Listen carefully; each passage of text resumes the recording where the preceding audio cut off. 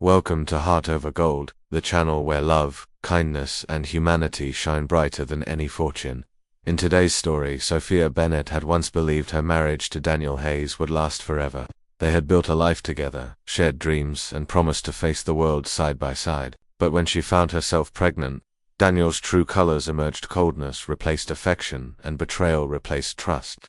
Left alone and heartbroken, Sophia tried to survive for the sake of her unborn child. That was when Alexander Pierce, a charismatic millionaire known for his sharp mind and compassionate heart, stepped into her life, while Daniel suddenly reappeared, desperate to win her back. Alexander offered her not just protection, but genuine care and unwavering respect, changing everything Sophia thought she knew about love, loyalty, and strength. Don't forget to like, subscribe, and share your thoughts in the comments, and keep up with our latest stories. People always wonder what drives a man who already has everything, money, power, the dream life, to want even more. Sometimes the answer is greed, sometimes it's ego, and sometimes it's both. That question hung heavy in the air of Courtroom 4, be it the San Francisco Superior Court, where the smell of old paper mixed with the sharp tension of a divorce about to explode. Everyone knew this wasn't just any divorce, this was the kind that would fill headlines. At the center of it all sat Mark Thompson, a giant in the Silicon Valley tech world, founder of the multi-billion-dollar company Quantum Leap. Mark was a man who treated winning as his natural state. He had the confident posture of someone used to bending situations and people to his will. The half-smile on his face was less friendly, more like the expression of a predator circling prey. And seated next to him was not his wife of 15 years, but his newest trophy, Brittany Hayes, a striking young woman whose beauty drew every glance in the room. Mark believed he'd orchestrated the perfect ending to his marriage. He planned to humiliate his wife, Eleanor, in open court, strip her of her financial security, and make sure she walked away with nothing but her pride shattered. His strategy was cruel and calculated: accuse her of cheating, demand DNA tests for their children, Leo and Sophia, and plant doubt about her morals. It wasn't just about money, it was about control, and he was certain the outcome was already in his favor. But there was something Mark didn't know, a truth sealed in a plain envelope resting quietly on the judge's desk. He thought today would be his victory lap. In reality, he was walking straight into a trap that had been set with precision. Across the aisle, Eleanor sat perfectly still. If Mark and Brittany were a wildfire, Eleanor was a frozen lake, calm on the surface, but hiding a dangerous depth. She wore a simple navy dress, nothing flashy, yet it radiated an understated strength. There were no tears in her eyes, no outburst of anger. Her gaze wasn't on her husband or the woman at his side. It was fixed firmly on Judge Evelyn Valencia, the one person in the room who could turn this case on its head. To the public, this was a cliché, a rich, middle-aged tech mogul casting aside the wife who had supported him for years, trading her for someone younger. The media had already written the headlines. Eleanor, the former art historian who had walked away from her career to raise their children, was painted as the sad, discarded spouse, and Mark was counting on that familiar narrative to make her look weak. But Eleanor knew this wasn't a cliché at all. It was more like a horror story. And in that story, she wasn't the helpless victim, she was the final girl, the one who survives, outwits, and walks away while the villain falls. She thought back to the last time she had felt safe a year ago at the annual Innovators Gala. She could still feel the cool glide of silk against her skin, the sparkle of the diamond necklace Mark had draped around her neck. That night, during his acceptance speech, he had called her his North Star, telling the audience none of his success would have been possible without her. The applause had been thunderous, and she had believed every word. But now she realized it had been just another performance. Mark was the CEO of his own life, and everyone around him was simply there to play their assigned roles. The cracks in the image appeared slowly at first. One night she noticed a faint trace of perfume on his shirt, a scent she didn't recognize. When she asked, he brushed it off with a laugh. A week later, a charge for expensive lingerie showed up on their joint credit card. "It's for my sister's birthday," he said casually, forgetting that her birthday was still 6 months away. After that, the cracks spread quickly. Business trips became longer. Nights out stretched later. His phone never left his side, and his texts were shielded from view. The warmth they'd shared for 15 years turned cold, replaced by stiff politeness that felt like talking to a stranger. Eleanor wasn't easily fooled.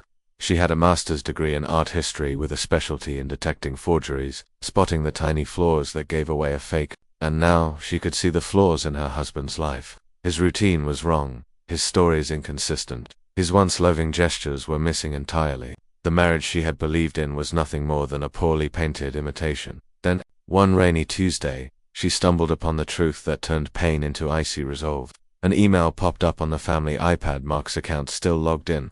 The subject line read, Project Nightingale, Asset Reallocation. The sender was Marco Torres, Mark's ruthless corporate lawyer. Her first instinct was to respect his privacy. But curiosity, and something deeper, pushed her to tap it open. Her blood ran cold as she read. It wasn't a business plan, it was a detailed blueprint for her financial destruction. It outlined moving assets to offshore accounts, setting up shell corporations, and devaluing her stock options. The goal was clear: leave her with as little as the law allowed while shielding his $500 million fortune. But it was the final paragraph that nearly took her breath away. Phase 4 challenged the paternity of Leo and Sophia. Frame Eleanor as unfaithful, leak it to the press at the right time. Her children. The man she had loved and trusted was prepared to stand in court and publicly deny them as his own, all for leverage. In that moment, something inside her shifted. The Eleanor who cried herself to sleep was gone. In her place was someone sharper, colder, and far more dangerous. He had mistaken her kindness for weakness. He was about to see just how wrong he was. She took a screenshot of the email, sent it to herself, and deleted the original from the device. He would never know she'd read it. The next morning, Eleanor made 2 quiet but deliberate phone calls. The first was to David Cho, a brilliant family law attorney she had known since college. David was the kind of lawyer who didn't win in the spotlight, he won in the shadows. During discovery, before trials even began, they met in a quiet cafe away from tech industry gossip. This isn't just a divorce, David whispered after she told him everything. This is scorched earth. He's planning to break you down and use your own children as weapons. No, Eleanor said, her voice calm. He thinks I'll fall apart. He expects tears, but I'm going to fight. David leaned forward. What's the plan? He wants a DNA test, she said. Fine, but we'll get the results before he even asks for it. We'll let him accuse me in court, let him humiliate me. Then, when the judge orders the test, the truth will come from his own motion. He'll destroy himself. A slow smile spread across David's face. Eleanor Thompson, you might be more ruthless than he is.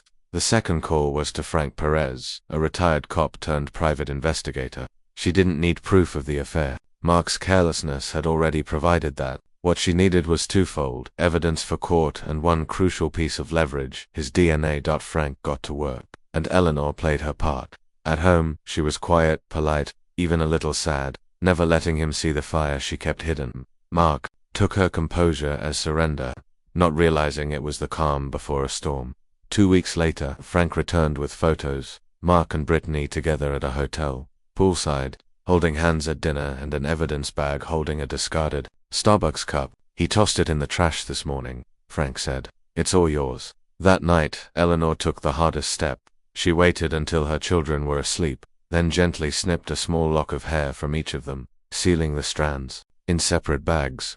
She swabbed her own cheek, added the coffee cup, and sent them all to a trusted DNA lab in another state. She would have the truth before Mark ever set foot in court. Furthermore, petitioner has serious reasons to believe he is not the biological father of the 2 children born during the marriage, and will be moving the court to compel a paternity test to resolve this matter. The news, when it inevitably leaked to the press, was a Category 5 hurricane. Headliner screamed tech mogul's divorce bombshell. Who's the daddy? Eleanor became an instant pariah. Mothers at her children's private school turned their backs on her. The paparazzi photographed her looking haggard on social media. Trolls were ruthless. Mark and Brittany, meanwhile, were photographed looking somber and united, a portrait of 2 people bravely facing a devastating betrayal.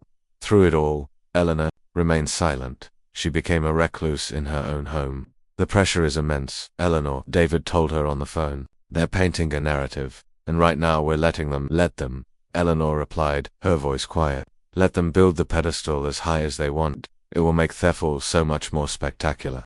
The day before the first court hearing, a secure, encrypted email arrived from the DNA lab. David opened it with Eleanor on a video call. It was a simple PDF document, a series of graphs and numbers, but at the bottom was the summary. Probability of match: Mark Thompson and Leo Thompson, 9,999%. Probability of match: Mark Thompson and Sophia Thompson, 999%. Eleanor closed her eyes.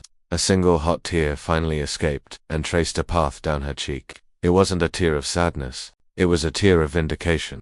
"We have it," David said, his voice filled with grim satisfaction. "Their silver bullet." "Good," Eleanor said, opening her eyes. They were clear and cold as a winter sky.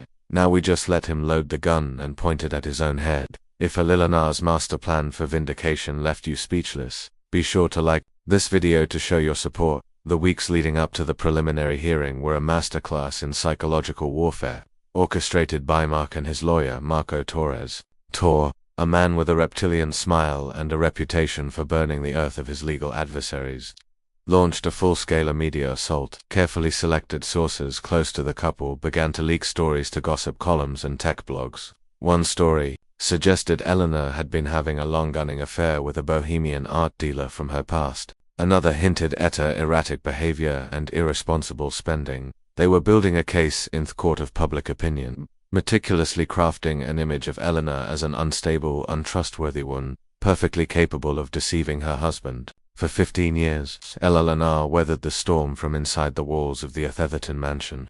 She felt like a prisoner, the whispers and headlines forming invisible bars around her. The hardest part was shielding their children. Leo, at 12, was old enough to feel the tension. He saw the paparazzi silking at the end of their long driveway and asked questions Eleanor couldn't answer. "Mum, why are those people always taking pictures?" he asked one night, his voice small. Eleanor hugged him tight. "Daddy and I are having some grown-up disagreements, sweetheart, but we both love you and Sophia more than anything in the world. That will never ever change." It was a half-truth, but it was the only one she could give. Meanwhile, David Cho was a very different game. While Marco Tor was busy talking to reporters, David was buried in paperwork, filing motion after motion for financial disclosure. He requested every bank statement, every email, every contract related to corporate structure. Tor's office responded with a deluge of paper. Thousands of pages of irrelevant documents, a classic hide the needle in a haystack tactic. But David had hired a team of forensic accountants, telling them to look for the specific shell corporations mentioned in the Project Nightingale email. "He thinks he's smarter than everyone," David told Eleanor during one of their late-night calls. "Men like Mark believe the rules are for other people. They get sloppy. He's moved millions, but he's left a trail. We just have to find it." The day off. The pre-trial hearing was a formality, but a crucial one. It was where Mark's team would formally present their motion to compel the paternity test. They met in Judge Valencia chambers, a room that felt more like a library. Mark was there, exuding a grit. Marco Tor did all the talking, his voice soft and reasonableous. He laid out his unfortunate but necessary request. "Your Honor," Tori began, "my client did not come to this decision lightly. It is with great sorrow he must face the possibility of a profound deception for the sake of his own peace of mind, and for the future well-being and clarity of the children. We believe a paternity test is the only way forward on a foundation of truth."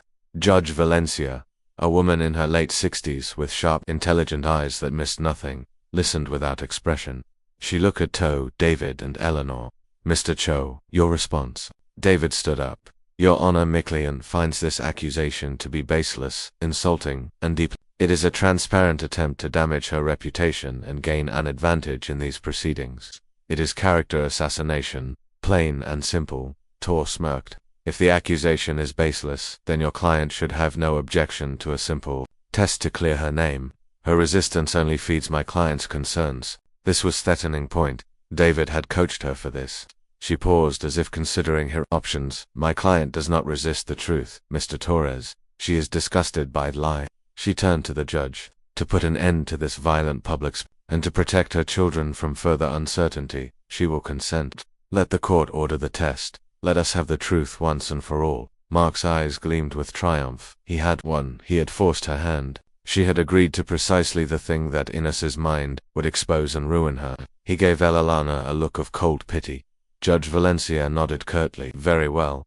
The court orders a medically certified DNA test for Mr. Thompson and the two minors. Leo and Sophia Thompson. Samples will be collected by a court-appointed lab. The results will be delivered directly to this court, sealed to be appended at the next hearing." The trap was now officially set, baited, and sanctioned by the legal system itself.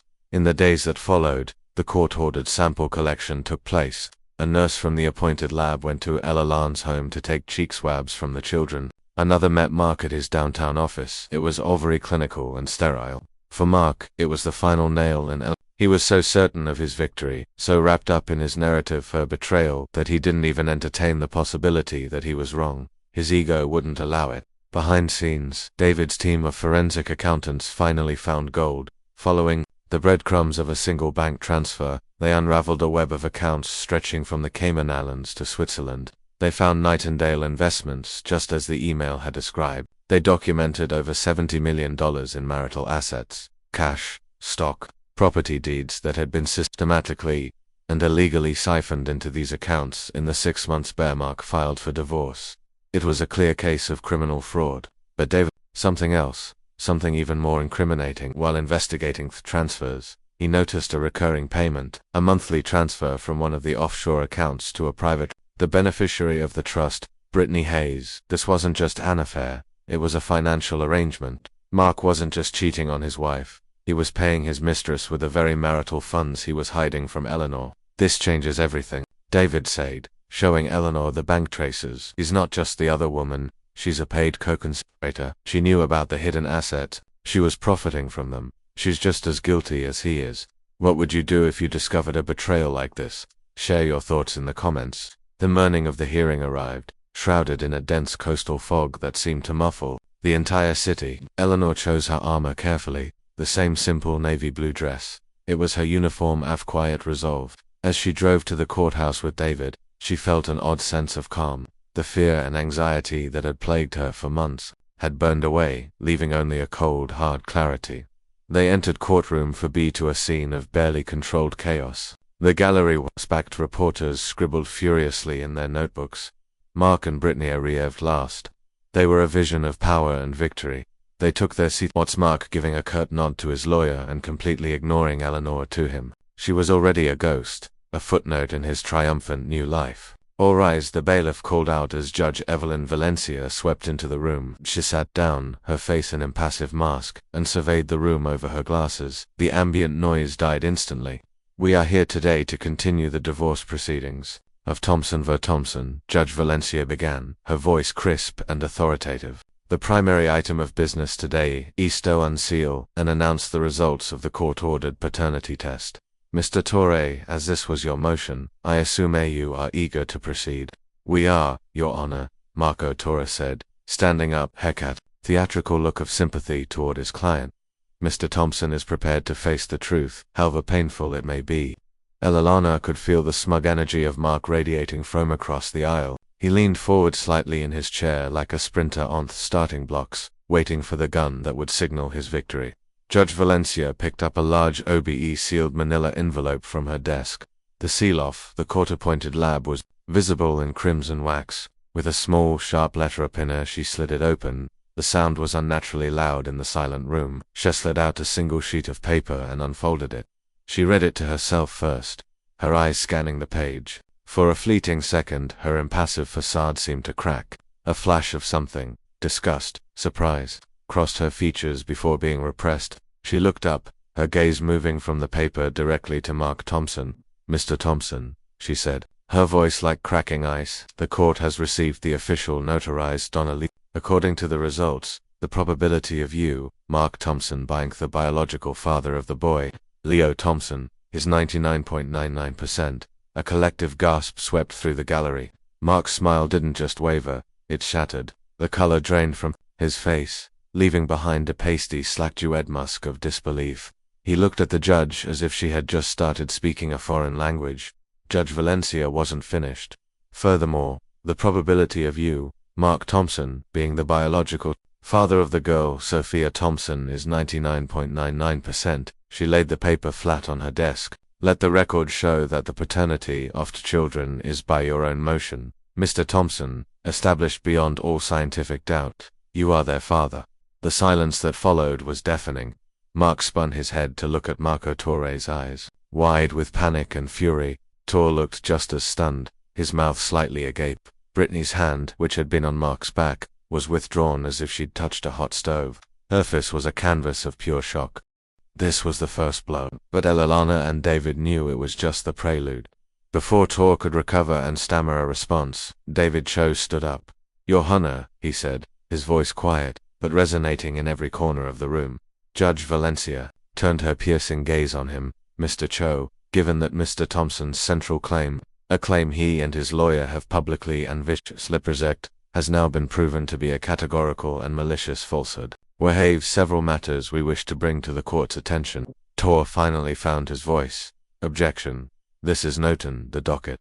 "Overruled," Judge Valencia snapped, her eyes narrowing at Tor. "You opened this door. Counsel, you put Mrs. Thompson's character and morality on public trial based on a lie.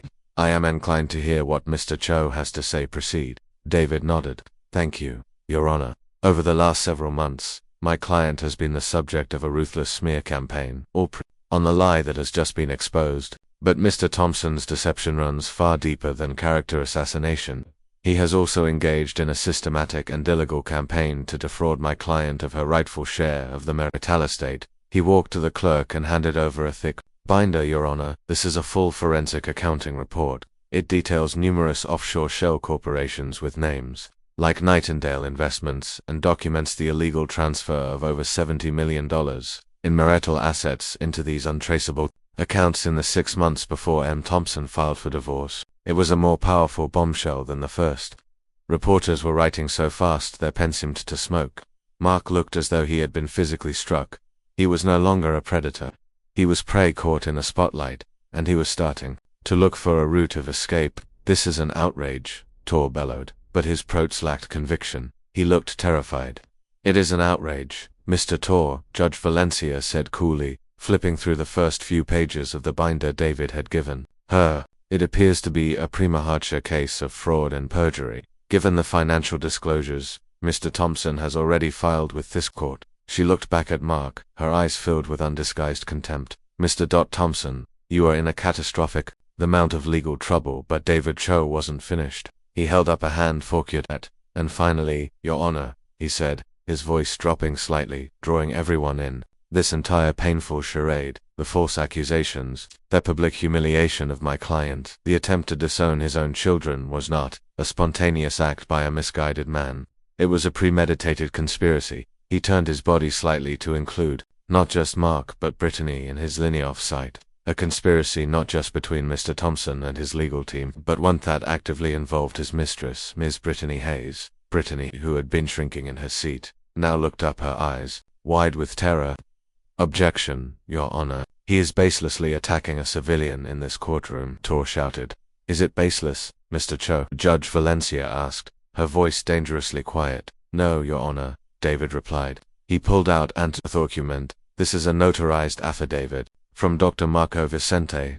At the mention of the name, all the color drained from Brittany's face. She looked at Mark, a desperate pleading look in her eyes. But Mark wasn't looking at her. He was looking at David Cho with pure, unadulterated hatred. "Dr. Vicente," David continued, "was Ms. Hayes' fiancée until she abruptly broke off their engagement 18 months ago to begin her affair with the married Mr. Thompson." In his affidavit, Dr. Vincent testifies under penalty of perjury that Ms. Hayes described the entire plan to him, a plan where she and Mr. Thompson would fabricate a narrative of spousal infidelity, which would allow Mr. Thompson to file for divorce, hide his assets, and challenge paternity to get full custody, and leave his wife with nothing. She described it to her fiancé as their perfect plan. David let the words hang in the air. The second and most powerful detonation. The courtroom erupted. The judge banged at her gavel, but it was useless against the tide of shock and indignation. Brittany Hayes broke her carefully constructed facade of sophisticated calm crumbled into dust. She stood up, her chair scraping loudly against the floor, and pointed a shaking finger at Mark. You told me it would work," she shrieked, her voice shrill with panic. "You told me she would break. You told me your lawyers had it all handled. You promised me everything." Mark looked at her, his face a mask of utter contempt. "Shut up, you fool," he hissed. But it was too late. Her public outburst was she had just admitted to the entire conspiracy in open court. Judge Valencia brought her gavel down. 3 loud, deafening thuds. Silence shadowed, her voice ringing with authority. The room finally went quiet. She pointed a finger at Brittany. "Miss Hayes, you will sit down and not say another word, or I will have you removed and held for contempt." She then fixed her icy gaze on Mark Thompson. Mr. Thompson, your actions in this room and leading up to them are the most reprehensible I have seen in my 15 years on this bench. You have committed perjury, you have committed fraud. You have maliciously attempted to defraud your wife and traumatize your own children for financial gain. You have abased the justice system and made a mockery of this court. She leaned forward. This divorce proceeding is now the least of your problems. I am referring this entire case, the financial fraud, the perjury, the conspiracy, to the district attorney's office for immediate criminal investigation. She looked at the court officer. Mr. Cho's binders of evidence are to be sealed and delivered to the district attorney by the end of the day. She looked at Marco Tor. And you, counsel, are dangerously close to being implicated in this conspiracy. I advise you to retain your own lawyer. Finally, her gaze softened for a moment as she looked at Eleanor. It was a look of profound respect. Eleanor met her gaze and gave a single, almost imperceptible nod. She hadn't said a word. She hadn't needed to. Mark Thompson, the billionaire titan, the master of the universe, sat slumped in his chair, utterly broken. His smile was gone, replaced by the vacant, terrified stare-off. A man whose world had just been totally and completely erased by a truth had been too arrogant to even consider. The fallout from the courtroom detonation was swift and brutal. This wasn't just news, it was a global phenomenon. Headlines screamed, billionaire's divorce, plot implodes, fraud, perjury, and a fake paternity scandal. The narrative Mark and Tor had so carefully built was shattered, and the shrapnel destroyed their reputations. Mark Thompson was arrested 2 days later. The image of the Industry-titan in handcuffs, his face pale and haggarded, being led into a police car, became the defining photo of his fall. The board of directors at Quantum Leap called an emergency meeting and summarily fired him as CEO, issuing a public statement denouncing his deplorable personal conduct. The company's stock plunged, wiping out billions in value. The king god of Silicon Valley had been dethroned. Marco Tor, facing disbarment and a possibly nickment as a co-conspirator, immediately cut a deal with the district attorney's office, agreeing to testify against his former client in exchange for immunity. Brittany Hayes DeSapad fired from her job and facing her own legal WOS, she became a ghost. Her social media was deleted, her apartment was emptied, the crimson and cream dresses were replaced by the harsh glare of public infamy. The life she had conspired to steal had become a nightmare she couldn't escape. For Eleanor, the victory was quiet, but total, with Mark's assets unfrozen. On this fraud exposed, the divorce settlement was swift and staggering. She was awarded 60% of the marital estate, a sum that amounted to hundreds of millions of dollars.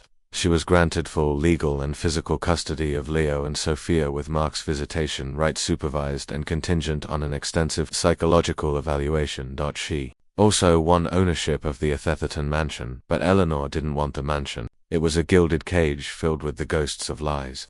The first thing she did was put it on the market. 6 months later, the dust had begun to settle. The world had moved on to its next scandal, and Mark Thompson's name was now a cautionary tale whispered. In boardrooms, he was out on bail, awaiting a criminal trial he was almost certain to lose. Elena and her children lived in a beautiful, light-filled home in Marin County, far from the bustle of Silicon Valley. It was smaller than the Atherton mansion, but it felt infinitely bigger. It was a home, not a showroom. It had a garden where Sophia planted sunflowers, and a music room where Leo was learning to play the guitar. The paparazzi were gone. The whispers had faded, their lives were blessedly, wonderfully normal. Eleanor had rediscovered the woman she was before she became Mrs. Mark Thompson. She had started a small private art consultancy firm, advising collectors and authenticating pieces, the very same skills she had used to deconstruct her husband's web of lies.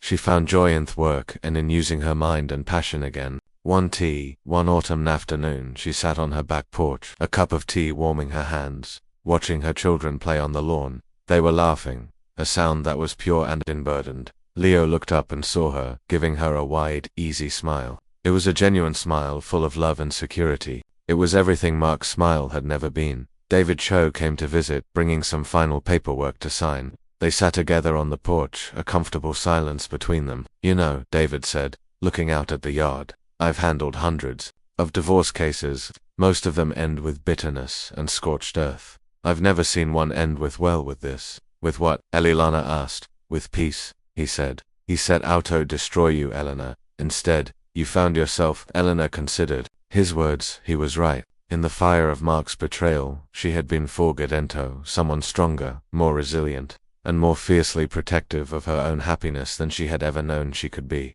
She had lost a husband and a life she thought she wanted, but she had gained herself in a future that was entirely her own. A breeze whispered through the trees, bringing the scent of salt from the river and the sound of her children's laughter. She took a deep breath, and for the first time in a very long time, she felt completely and utterly free. The war was over and she had won, not by fighting with his weapons of cruelty and deceit, but with her own intelligence, patience, and the undeniable power of truth. Elena's story is a powerful reminder that truth is the weapon that never. It shows that integrity and strength aren't about how loud you can shout, how patiently you can plan, and how bravely you can stand in your own conviction. Even when the world is against you, Mark Thompson walked into that courtroom believing his money and power made him invincible. He forgot that the most powerful forces on earth, a mother's love, and the simple, elegant truth, cannot be bought, bullied, or beaten. If this story of justice and vindication moved you, please like the video to show your support. Share this video with someone who needs a reminder that strength comes in many forms and the truth will always come to light. And don't forget to subscribe to our channel for more incredible true stories of deception, survival, and ultimate